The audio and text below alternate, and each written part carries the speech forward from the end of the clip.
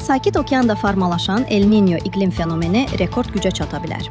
Mütəxəssislərin qiymətləndirməsinə görə, hadisə 1997-ci ildə qeydə alınmış güclü El Niño ilə müqayisə oluna və hətta onu üstələyə bilər.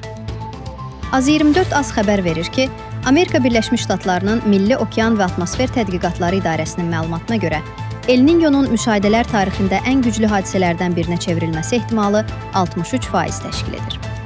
Alimlər bildirirlər ki, El Niño qlobal istiləşmənin təsirlərini gücləndirərək anomal istilər, quraqlıqlar, daşqınlar və meşə yanğınları kimi ekstremal hava hadisələrinin artmasına səbəb olur. BMT öz sənədlərində baş verənləri təcili iqlim xəbərdarlığı adlandıraraq vurğulayıb ki, El Niño'nun təsiri iqlim dəyişikliklərinin yaratdığı problemləri daha da dərinləşdirir. Mütəxəssislərin fikrincə, fenomenin təsirləri regionlar üzrə fərqli olacaq. Cənubi Amerikada güclü yağışlar və daşqınlar gözlənildiyi halda, Avstraliyada quraqlıq və meşə yanğınları riskinin artacağı proqnozlaşdırılır. Hindistanda isə istilik dalğalarının daha da güclənəcəyi bildirilir. Ekspertlər xəbərdarlıq edirlər ki, El Niño'nun pik mərhələsi artıq bu ilin payız və ya qış aylarında baş verə bilər. Onların sözlərinə görə, hadisənin nəticələri yalnız hava şəraitinə deyil, həm də qlobal iqtisadiyyata təsir göstərə bilər.